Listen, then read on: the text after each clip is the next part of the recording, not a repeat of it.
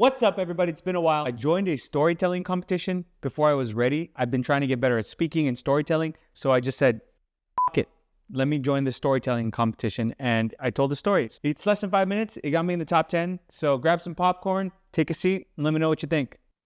Good morning, everybody. Last story standing. I guess I'm the first story standing, but there's no award for that. I'm a little nervous. This is my first time telling a storytelling competition on Zoom. So I'm an ER nurse, or at least I was.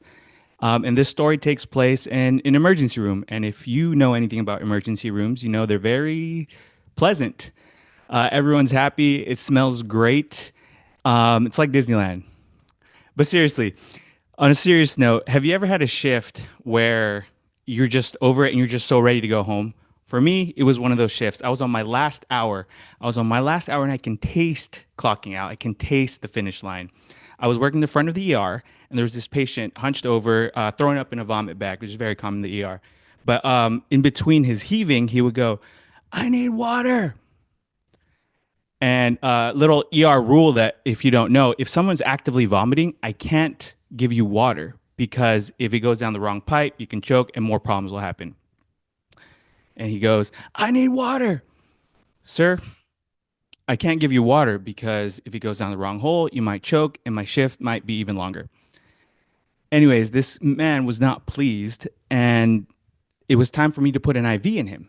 And I was a little nervous and a little on edge because this guy was very agitated. "I need water." So I asked him, or I tell him, "Sir, I have to get this IV in. We can talk about the possibility of you getting water after it." And I get the IV in, thankfully, with no issues. But as soon as I put it in, he says, "Now get me water." And as soon as I'm about to say no, he pulls something out of his pocket, a sharp object, and I take a few steps back. And I think to myself, did this guy just pull a knife on me? I'm going to hit pause real quick on that story. This hospital I'm working at, super fancy hospital, and because I signed an NDA, I can't tell you the name of the hospital, Stanford, but they give everybody a panic button on their badge, and once you press the panic button, staff comes and people come, and I've seen it work, and it works great. So back to the story. I'm standing there, and luckily for me, I had a panic button on my badge. Unluckily for me, when I pressed it, nothing happened. So I'm standing there, this guy with a knife pulled in front of me, and press it again, still nothing. All of a sudden, security does come, and apparently someone had seen the incident, and they had called security. And that was my last. Oh, something weird happened though. When security came, he said the patient was like, "Oh, I didn't have a knife. No, there was never a knife." And I started doubting myself. I started thinking, was I so on edge? Was I so exhausted that I imagined this man having a knife? But no, he had a knife. The security showed it to me. And it was scary. And I think about that moment a lot. It was my last shift in the ER. And if you've ever seen Pulp Fiction, Jules, Samuel L. Jackson, he gets shot at 6 times, point blank, tat, tat, tat, tat, tat, tat. All the bullets miss. And that was his moment to say, "That's it, I'm out." And for me, it took a knife. It took that knife incident where that's it, I'm out. Jules in that movie was unharmed. I am unharmed here telling you this story.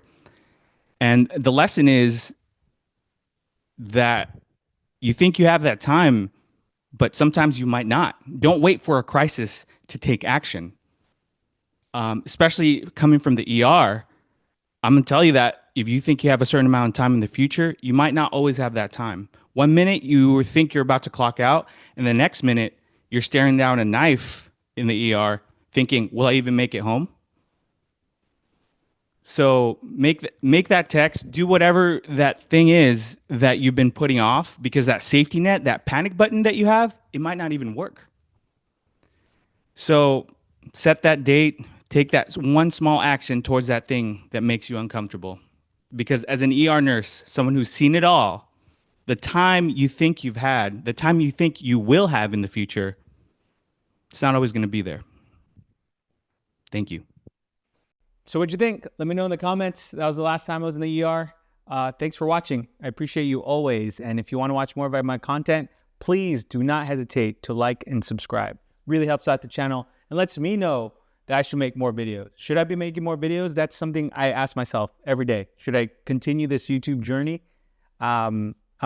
Short form has really been good for me, but I want to continue making YouTube videos. So please let me know what kind of videos I should make. Thank you so much for being here. I appreciate you. I'm so grateful for you. Hope you have a good one. Peace.